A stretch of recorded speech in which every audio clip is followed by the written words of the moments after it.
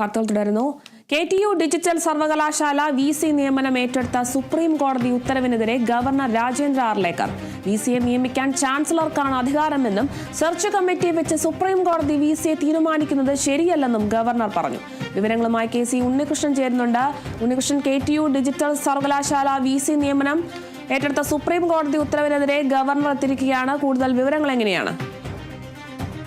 തീർച്ചയായും KTU digital സർവകലാശാലയിലെ VC നിയമനവുമായി ബന്ധപ്പെട്ട് നേരിട്ട് നിയമനം നടത്താനുള്ള തീരുമാനത്തിലേക്ക് കഴിഞ്ഞ ദിവസം സുപ്രീം കോടതി വന്നിരുന്നു. ഇതുമായി ബന്ധപ്പെട്ട് ദൂലിയ കമ്മീഷനോട് ഒരു സമിതി രൂപീകരിച്ച ദൂലിയ സമിതിയോട് ഒരു പേര് നിർദ്ദേശിക്കാനായി കോടതി ആവശ്യപ്പെട്ടിരുന്നു. ബുധനാഴ്ചയ്ക്കകം പേര് നൽകാനാണ് ആവശ്യപ്പെട്ടിരുന്നത്.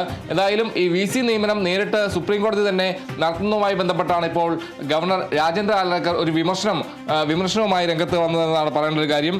VCയെ നിയമിക്കാൻ ചാൻസലർക്കാണ് അധികാരമെന്നാണ് ഗവർണർ പറഞ്ഞിരിക്കുന്നത്. സെർച്ച് കമ്മിറ്റിയെ വെച്ച് സുപ്രീം കോടതി VCയെ തീരുമാനിക്കുന്നത് ശരിയല്ലെന്നും ഗവർണർ പറയുന്നു.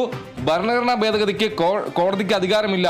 നിയമനിർമ്മാണ സഭകളെ കോടതി ബഹുമാനിക്കണമെന്നും ഗവർണർ പറയുന്നു. കൂടാതെ ചാൻസലർക്കാണ് അധികാരമെന്ന് കോടതി തന്നെ കണ്ണൂർ VCയുടെ പുനർനിയമനവുമായി ബന്ധപ്പെട്ട് വ്യക്തമാക്കിയിട്ടുണ്ട്.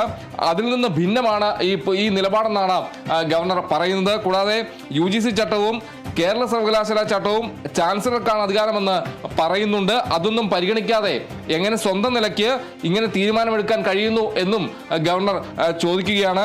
കൂടാതെ നാളെ തെരഞ്ഞെടുപ്പ് കമ്മീഷനോടും ഈ രീതിയിൽ കോടതി ഇങ്ങനെ പറഞ്ഞേക്കുമെന്നും ഗവർണർ പറയുന്നു. ആ രീതിയിൽ ഒരു വിമർശനമാണ് ഗവർണർ ഭാഗത്തുനിന്ന് ഉണ്ടായത്. എന്തായാലും VC നിയമനവുമായി ബന്ധപ്പെട്ട് രൂക്ഷമായ ഭാഷയിലാണ് ഗവർണർ രാജേന്ദ്ര ആർലേക്കർ സുപ്രീം കോടതിയെ വിമർശിച്ചിരിക്കുന്നത് എന്നതാണ് പറയേണ്ടത്. സെർച്ച് കമ്മിറ്റിയെ വെച്ച് സുപ്രീം കോടതി VCയെ തീരുമാനിക്കുന്നത് ശരിയല്ലെന്നാണ് ഗവർണർ പറയുന്നത്. ഭരണഘടനാ ഭേദഗതിക്ക് കോടതിക്ക് അധികാരമില്ല. നിയമനിർമ്മാണ സഭകളെ ബഹുമാനിക്കണമെന്നും ഗവർണർ പറയുന്നു. കൂടാതെ ചാൻസലർക്കാണ് അധികാരം. VC നിയമനവുമായി ബന്ധപ്പെട്ട് ചാൻസലർക്കാണ് അധികാരമെന്ന് കോടതി തന്നെ കണ്ണൂർ VCയുടെ നിയമനവുമായി ബന്ധപ്പെട്ട കാര്യത്തിൽ വ്യക്തമാക്കിയിട്ടുണ്ട്. അതിൽ നിന്ന് ഭിന്നമാണ് ഈ തീരുമാനം. UGC ചട്ടവും അതോടൊപ്പം തന്നെ കേരള സർവകലാശാല ചട്ടവും ചാൻസലർക്കാണ് അധികാരമെന്ന് പറയുന്നുണ്ട്.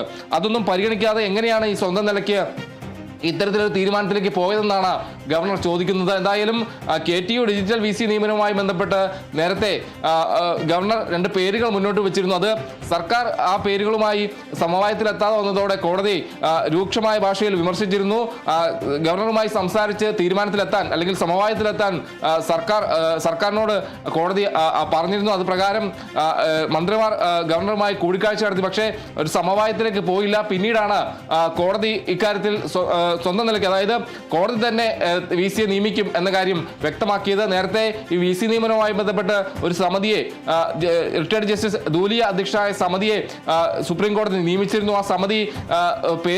ആ സമിതിയോടാണ് 2 പേരുകൾ നിർദ്ദേശിക്കാനായി മുദ്രവെച്ച കവറിൽ സമർപ്പിക്കാനായി കോടതി ആവശ്യപ്പെട്ടിരിക്കുന്നത്. ആ പേരുകളിൽ നിന്ന് ഒരു പേര് തെരഞ്ഞെടുത്ത് ആ പേരുകളിൽ നിന്ന് തെരഞ്ഞെടുത്തുകൊണ്ട് സുപ്രീം കോടതി നിയമിക്കാനാണ് തീരുമാനത്തിലേക്ക് വന്നിരിക്കുന്നത്. എന്തായാലും ബുധനാഴ്ചയ്ക്കുള്ളിൽ ആ പേരുകൾ സമർപ്പിക്കാനാണ് കോടതി ആവശ്യപ്പെട്ടിരിക്കുന്നത്. എന്തായാലും വ്യാഴാഴ്ച ഈ കേസ് കോടതി പരിഗണിക്കുന്ന ഒരു സാഹചര്യമുണ്ട്. എന്തായാലും ഈ ഒരു ഘട്ടത്തിൽ തന്നെയാണ് ഗവർണർ രാജേന്ദ്ര ആർലേക്കറുടെ വിമർശനം എന്നതാണ് എടുത്തു പറയേണ്ടത്. വ്യക്തമാണ്. കൂടുതൽ വിവരങ്ങൾ നൽകിയത് KC ഉണ്ണികൃഷ്ണനാണ്.